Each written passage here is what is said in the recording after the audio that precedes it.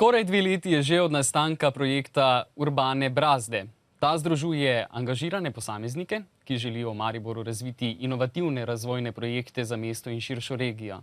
S čim točno se ukvarjajo in kakšen je njihov namen, bo povedala vodja programskega sklopa, doktorica Marta Gregorčič. Dobro jutro, želim, Marta. Dobro jutro.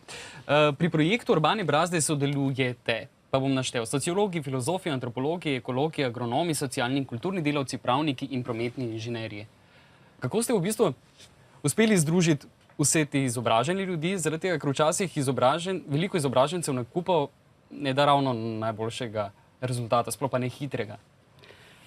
Kot ste že sam povedal, smo se nekako lotili razvojnih projektov, za kar je treben interdisciplinarni pristop. Različni strokovnjaki, ki smo jih poiskali v Mariboru, v bistvu jih je še z drugih področij ogromno, ki tu niso našteta. Ampak zato, da smo lahko postavili 7, jaz bi rekla, kar prodornih projektov, vsaj v tujini so bili tako sprejeti, pa tudi po nekaterih drugih regijah v Sloveniji, je bilo res potrebno ne samo znanje, ampak tudi izkušnje z raznovrstnih področji, od pravnih znanj in tako naprej. Že sam izraz urbane brazde spominja na neko kmetijstvo, ne? V bistvu ne gre toliko za kmetijstvo, kot gre za nove ekološke pa socialne, sociološke poglede na razvoj Slovenije ali pa na razvoj mesta. To smo poskušali predstaviti s 7 projekti, ki se med sabo fenomenalno tudi povezujejo. In sicer po eni strani trajnostno lokalna preskrba, kar se v Sloveniji vse bolj poudarja in se vsi zavedamo, da je to nekako, smo vsi resno ogroženi s tem, za kar smo postavili zadrugo Dobrino. Potem semenska knjižnica, Društvo varuhov semen ohranja, razmnožuje in obnavlja semenski sadilni material, s tem povečuje gensko pestrost, biodiverziteto in tako naprej. Tretji projekt je kolesarjem in pešcem prijazna skupnost, se pravi Mariborska kolesarska mreža je znotraj mesta naredila tudi velike poskuse in premike v dojemanju hierarhije vseh udeležencev v prometu. Potem delali smo programe z Romi, v 2 letih bomo tudi v novembru lahko pokazali lepe rezultate. Prvi obsežen slovensko-romski slovar, prvo literarno delo in 2 leti ustvarjen z otroci na Poljanah, kjer so na nek način segregirane romske družine v Mariboru.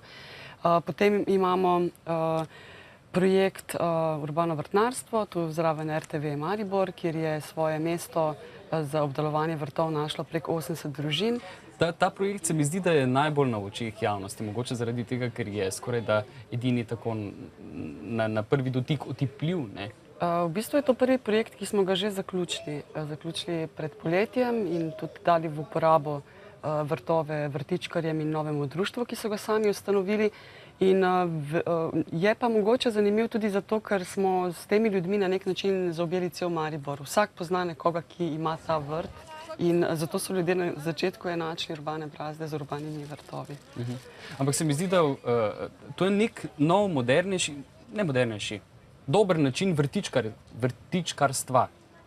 Ja, v bistvu nas je bolj kot samo vrtičkarstvo in samo pridelava hrane zanimalo tudi to, ali so se ljudje sposobni samo organizirati, a bo sploh participacija na takem projektu, bodo prišli zraven, se upali stopiti zraven, delati delovne akcije, se izobraževati iz teh področij. Danes pa lahko z veseljem rečemo, da je to prvi certificiran ekološki vrt, skupnostni urbani vrt s celostno podobo in z novimi iniciativami, ki nastajajo tudi znotraj tega društva v Sloveniji, in tu je res projekt, kjer je velika želja raznih drugih skupin. In je v celoti tudi uspel. Omenili ste tudi semensko knjižnico, skoraj bi rekel semensko banko, čeprav bo tudi otvoritev narejena na to noto šaljivo, ne? V bistvu pomen semenske knjižnice je ta, da si izposodimo seme, avtohtono seme, in potem ga drugo leto vrnemo, ne? Ja, želja je, da bi naše odvisnosti od raznih korporacij, ki upravljajo z našimi telesi in z našimi življenji, da bi si prihranili zdravo življenje in svobodno življenje tudi tako, da sami obvladujemo semena. Semenska knjižnica je povezana tudi z zadrugo Dobrino, tudi z urbanimi vrtovi. Imela je veliko projektov, bazar semen, kjer so razdeljevali semena za novo rastno sezono. Glavni namen pa je ne samo, da shranimo, obnavljamo semenski material, ampak da ga tudi preverjamo v laboratorijih, da material, ki ga Dobite nazaj v razdeljujemo. bistvu, da je tudi... To seveda, da dobimo nazaj, ampak material, ki ga ljudem ponujamo, mora biti preverjen in ne sme vsebovati nobenih bolezni. Vse to se je v Mariboru čudovito in lepo prijelo. 8. oktobra pa boste s tem napadli, tako rekoč, tudi Ljubljano. Na hitro, če poveste, kje se bo odvijalo in koga boste skušali navdušiti? V ponedeljek bomo ob 17. uri imeli predstavitev Urbanih braz, generalno celoten projekt.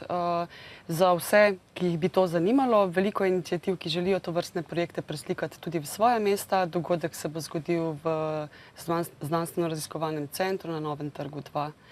Če smem, bi poudarila sem še to, da 16. novembra bomo imeli otvoritev centra alternativne in avtonomne produkcije. To je na nek način tisti center, ki prevzema celoten projekt Urbanih brazd pod svojo streho, ne samo kot prostor, ampak tudi kot neke vrste, mi pravimo temu think tank, kot prostor, ki elaborira nove razvojne projekte, v katere se bodo lahko vključile tudi druge organizacije v Mariboru in kjer se bo lahko spletala nekako ekološka dimenzija, nova socialna podjetja, nove oblike nevladnega organiziranja in tako naprej. Vse to, kar bomo v prihodnosti še krvavo potrebovali.